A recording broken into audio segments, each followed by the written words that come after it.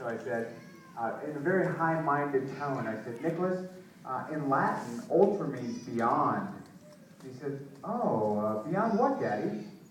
And I said, well, beyond normal. He said, oh, I thought crazy meant beyond normal. And I said, no, Nick, that's enough Latin for today. But, essentially an ultra marathon is anything beyond a marathon. So a marathon, as you know, is 26.2 miles. And despite as many reporters that have asked me, well, how far is your marathon today? They always seem to be 26.2 miles. An ultramarathon is anything beyond that. So ultramarathoners run 50 kilometers, 50 miles, 100 kilometers, 100 miles, sometimes further than that. Ultramarathoners really expand the boundaries of human endurance and human spirit. And when people ask me why I run these ultramarathons, what drives me to do these things, what I don't tell them is that it's really, to me, the supreme challenge of attempting to do something I once would have thought was entirely impossible to do. When people ask me what drives me to do these things, what I don't tell them is that it's a deep curiosity that I have to see how far the human body can actually go. When people ask me what drives me to do these things, what I don't tell them is that it's my way of being the best that I can, of doing what I love. I tell these people the honest to goodness truth. I mean, I run these 100-mile and greater foot races because of all the free food I get at the aid stations.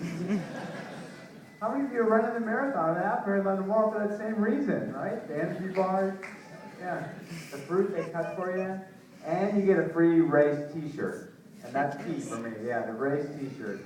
Because along with my son, I've got a young daughter at home, and I think our clothing budget exceeds the national debt.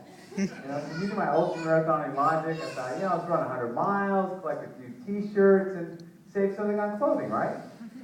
Seems logical. No, it's backfired. She won't touch these things. She tells me they don't smell good. I say to her, Alexander, half these have never been put on. She said, Dad, they still don't smell good. And I didn't run the ultramarathon, so I can't wear the shirt. I'm smarter than that, Dad. We have cars these days. Knock, knock. She's like my wife. She only runs if she's being chased.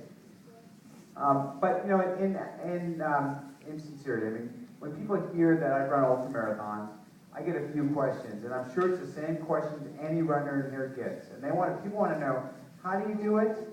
Why do you do it? And what do you eat, right? So let me see if I can take a stab at answering those questions. Rudy, is the AV guy back there? I wonder if you can... Okay. I'm probably blue in the face, but I can't see anywhere out there because all I see is this blue light. So if I do look like a deer in the headlights, that's what's going on. The first question, how do you do it? I think that question is a very easy one to answer because I can demonstrate right here in this room how you do it.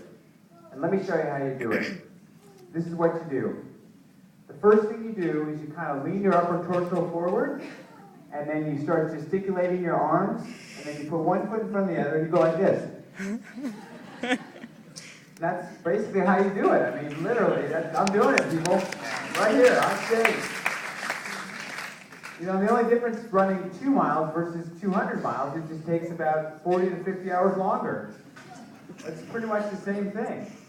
And that's kind of a tongue-in-cheek answer to how you do it. I think the long answer is something that every one of you that run in this room can relate to. And that is you spend hundreds upon hundreds of hours training. You dedicate yourself wholeheartedly to your goal. You commit, you sacrifice.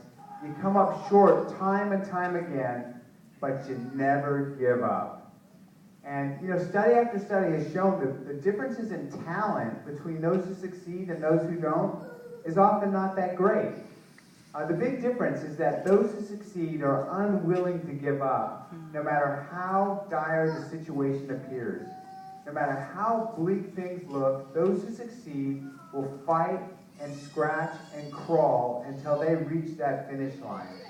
So tomorrow, the only thing you've got to do is just fight and scratch and crawl and don't stop.